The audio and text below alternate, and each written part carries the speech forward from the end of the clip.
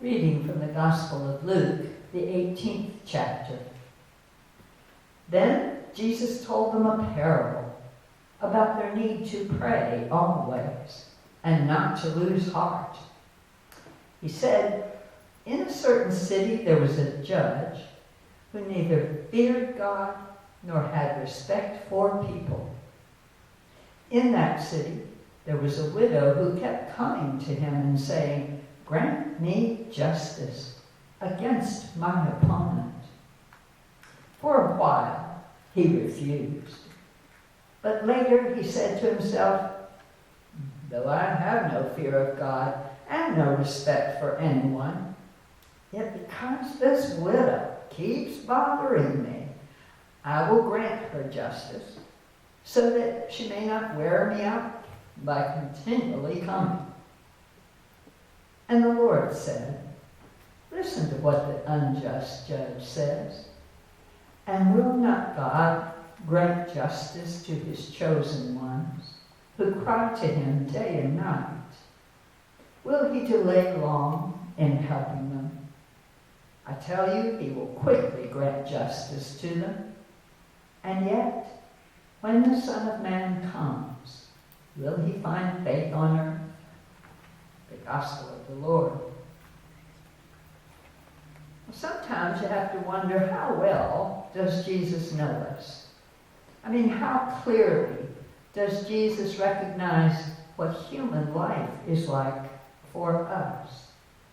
Did he really experience all the hopelessness, the powerlessness, the frustration, the dead ends of so many of our lives? Wasn't Jesus really above it all? Often, when Jesus gives us parables, there's a very human life experience involved. Usually a way we run into trouble, and then a way forward that Jesus himself chooses and invites us to do the same. You could hardly find a more obvious, poignant, and prevalent example for people without power than the widows of Jesus' time. First, as women who were married, they were merely property of their husbands, with very few protections or rights of their own, even then. But if their husbands died, they were more vulnerable than ever, especially if they had no son or some male relative to protect and provide for them. Widows, especially if they had no wealth, were left to fend for themselves in a very cruel world. So when Jesus gives us this parable of a widow, dealing with an injustice, dealing on her own with an unjust judge, he's surely leading up to something significant, some way forward where there is no way, some surprise for the powerless humans to know. When we hear this story, are you and I mad at the judge? I am. Are we on the widow's side, pulling for justice to be done for her? Oh, Jesus knows where our human hopes and hearts will find. We want this widow to win. And all we have to know is she's facing injustice twice. First, from her accuser, apparently, and second, from the blasted judge himself. The deck is stacked against her. How often does life seem to be so full of roadblocks? All too often, we meet the seemingly immovable mountain of injustice. Jesus could look back on his own ancestry as it's listed in the genealogy in Matthew's Gospel.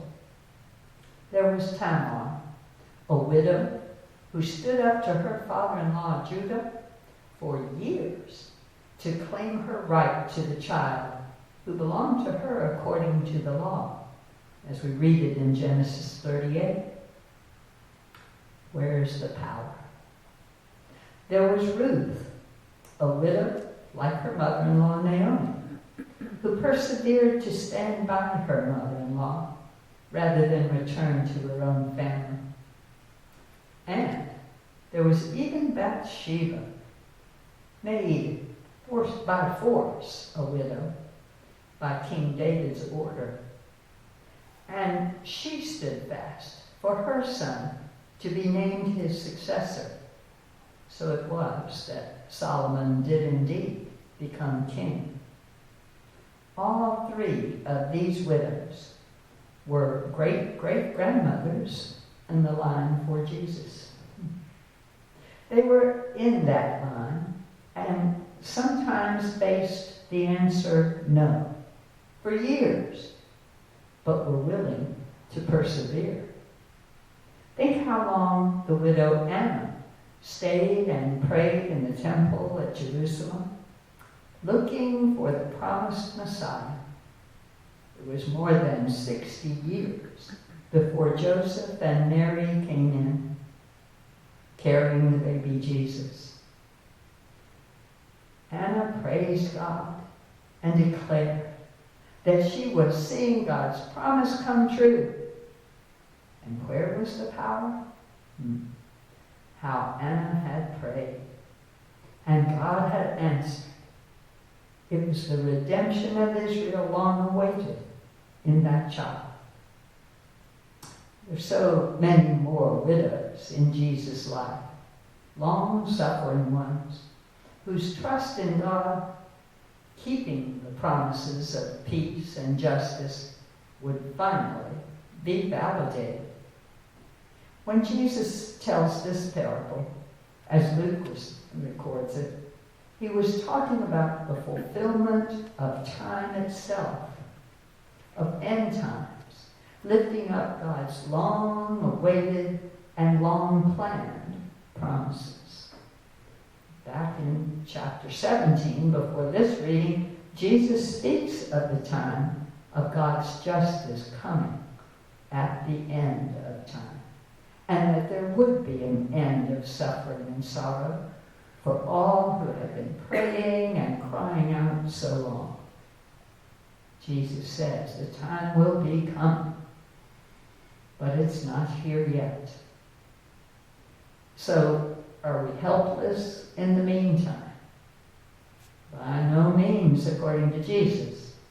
He shows us in his own humanity, in his life, how necessary our connection with God's goodness and mercy is for us all our lives. How great is our lifeline in praying. Paul would say much later, pray without ceasing and be persistent, whether the time is favorable or unfavorable. See, praying is our continuing connection with God's presence. It doesn't mean that God's not there when we're not praying. Of course not. But when we're praying, we're aware. Where's the power? That open link to be ready to hear God and know that that presence is at work in the whole world. Jesus says, pray always and do not lose heart. After all, in his human life among us, that's just what he did. Beginning with the 40 days in wilderness, fasting, praying, often after that, going out by himself on a mountainside, other times with his disciples, by the sea or in a garden. Jesus demonstrated how he relied on that continuing presence, that connection of prayer. Will God keep the promises God makes? We wonder about that sometimes. Jesus says, oh yes. But will the answers to prayer show up when we choose? Don't count on that. In our experience, Can't we just see Jesus standing before the powerful and being apparently powerless himself, as powerless as any widow ever was, standing before King Herod, standing before Pontius Pilate, standing before an angry crowd who say to him, "Crucify him." There he was, bound and beaten and weak. And we have to ask, when will God keep God's promises? You and I know that on one Easter morning, we saw a fresh power, a promised power revealed in a new way in the resurrection of Jesus the Christ. And on Pentecost's morning, we saw a new power, a promised power of the Holy Spirit taking charge, present and active, whooshing and filling us to keep us in God's grace. In so many ways, the victory is already won. And we can see so much of what God is actually doing and has been doing and will be doing, even now, as the world is in agony in so many places, in so many and varied ways. Shall we give up on God? It's tempting. But Jesus says, no. By no means. Pray always and do not lose heart. Where's the power? It's really with God. And God offers it to us. Day by day, I am with you, says Jesus. And you are never going to face trouble alone. Thanks be to God.